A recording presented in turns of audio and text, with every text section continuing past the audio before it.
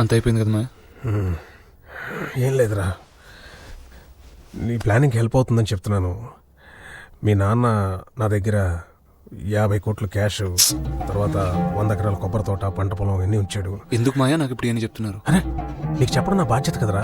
నువ్వు ఎలాగో ఇక్కడ ఉండవు, అమెరికా వెళ్ళిపోతావు. ఇదంతా క్యాష్గా కన్వర్ట్ చేసి నువ్వు తీసుకెళ్ళొచ్చని చెప్తున్నాను. రే ఊరుకో ఊరుకో ఊరుకో. మీ నాన్నను గుర్తు చేద్దామని కాదరా, ఆయన డబ్బు నీకు ఇస్తేనే ఆయన ఆత్మ శాంతిస్తుంది, నా బాధ్యత కూడా తీరినట్టు అవుతుంది. అందుకనే చెప్తున్నాను, మరేం కాదు. మరి వస్తాను.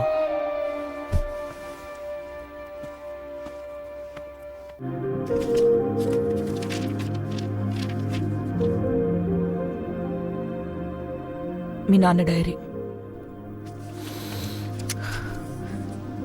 1500 కోట్లు మీ మావయ్యకి ఆయన ఇచ్చింది.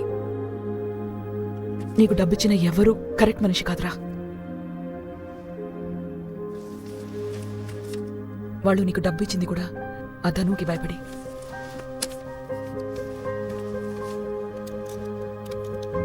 $20,000 కోట్ల? అమ్మా నాన్న దగ్గర 20,000 కోట్లు ఉన్నాయా? అంత కరప్ట్ అమ్మా నాన్న?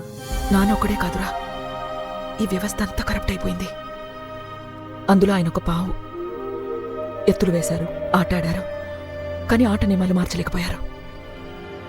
ఆయన పదవిలోకి వచ్చిన 2 ఏళ్లలోనే ఆయన మంచితనం సమాధైపోయింది. దొంగల్ని క్రియేట్ చేశారు. ధనుకి చెక్ పెట్టడానికి డెప్యూటీని, వాడికి చెక్ పెట్టడానికి హోమ్ని, ఇలా వాళ్ళు దోచుకుంటూ పోతుంటే ఏమనలేక ఇక తను కూడా దోచుకోవడం మొదలుపెట్టారు. అసలు పెద్దానికి తెలుసమ్మా ఇవన్నీ? తెలుసుగాని పట్టదురా. ఆయనకి అహం, కులం పిచ్చి. ఈ రాష్ట్రాన్ని ఆయన వంశం వాళ్లే పాలించాలి అంతే.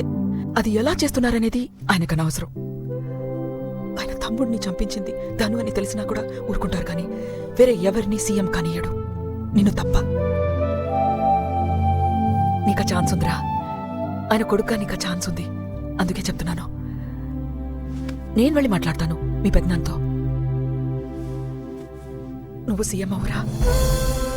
ఈ ఆట నియమాలు మార్చి ఆయన చేయలేకపోయారు, నువ్వు చేయి. చూడు, అవినీతిని అంతం చేద్దామని, కుల వ్యవస్థని నాశనం చేద్దామని ఏవేవో ప్లాన్లు ఆయన రాసుకున్నారు, అనుకున్నారు, కానీ ఏం చేయలేకపోయారు. ప్రజలు చచ్చిపోతున్నారా, విసిగిపోయారు ఈ నాయకులతో.